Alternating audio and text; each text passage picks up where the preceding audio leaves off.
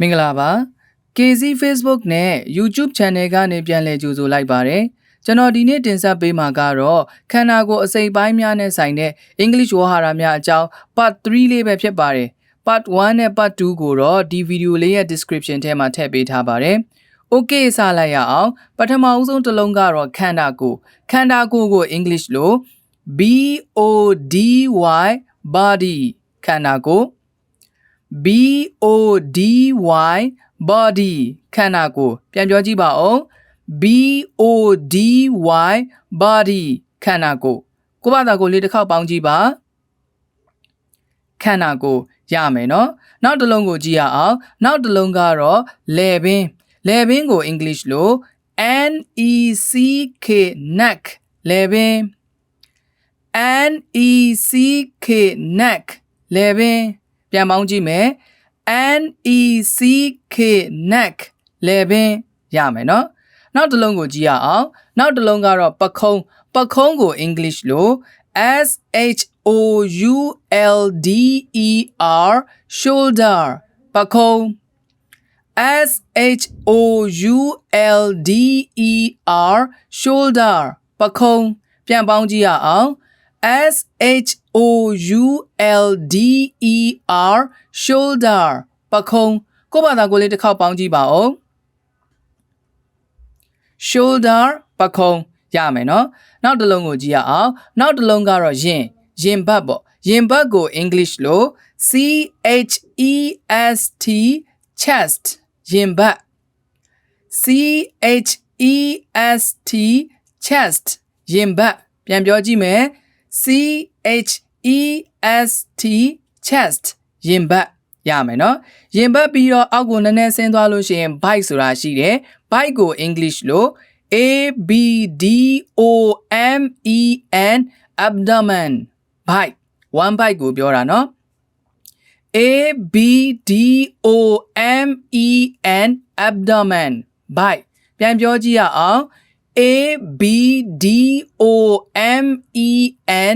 abdomen bite ရမယ်နော် bite မှာအပေါက်ကလေးတစ်ပေါက်ရှိတယ်မြန်မာလိုတော့ချက်လို့ခေါ်တယ် English လို့ NAVEL navel ချက် NAVEL navel ချက်ပြန်ပြောကြည့်မယ် NAVEL navel မြန်မာလိုကချက်ရမယ်နော်နောက်တစ်လုံးကတော့ကြောကုန်း English လို့ BACK back ကြောကုန်း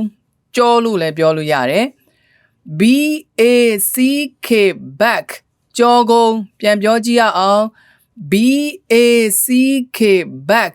ကြောကုန်းရမယ်နော်နောက်တစ်လုံးကိုကြည့်ရအောင်နောက်တစ်လုံးကတော့ခါကို English လို့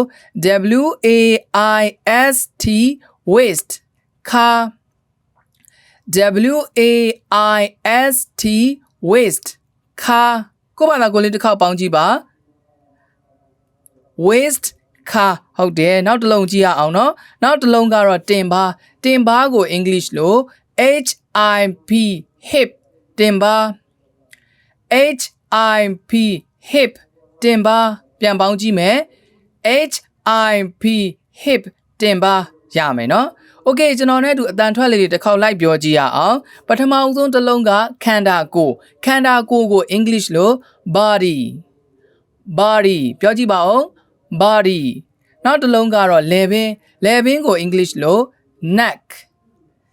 နောက်တစ်လုံးကတော့ပခုံးကို English လို့ shoulder ပြန်ပြောကြည့်မယ် shoulder ကိုယ့်ဘာသာကိုတစ်ခေါက်လောက်ပြောကြည့်ပါဦး Okay နောက်တစ်လုံးကတော့ရင်ဘတ်ကို English လို့ chest တစ်ခေါက်လောက်ပြောကြည့်ပါ chest ရမယ်နော်နောက်တစ်လုံးကတော့ bite ကို English လို့ abdomen ပြောကြည့်မယ် abdomen နောက်တစ်လုံးကတော့ bite မှာရှိတဲ့အပေါက်ကလေးမြန်မာလိုချက်လို့ခေါ်တယ် English လို့ navel ပြောကြည့်မယ် navel နောက်တစ်လုံးကိုသွားရအောင်နောက်တစ်လုံးကတော့ကြောကုန်းကို English လို့ back ပြန်ပြောကြည့်မယ် back မြန်မာလိုကတော့ကြော နောက်တစ်လုံးကိုကြည့်ရအောင်နောက်တစ်လုံးကတော့ခါကို English လို့ waist ပြန်ပြောကြည့်မယ် waist ခါ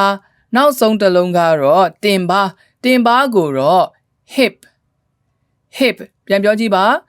hip ရမယ်နော်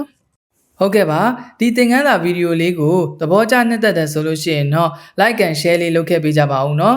ဒီဗီဒီယိုလေးနဲ့ပတ်သက်ပြီးတော့မိတ်ဆွေတို့ရဲ့အမြင်ကိုလည်း comment မှာရေးခဲ့ပေးကြပါဦးနော်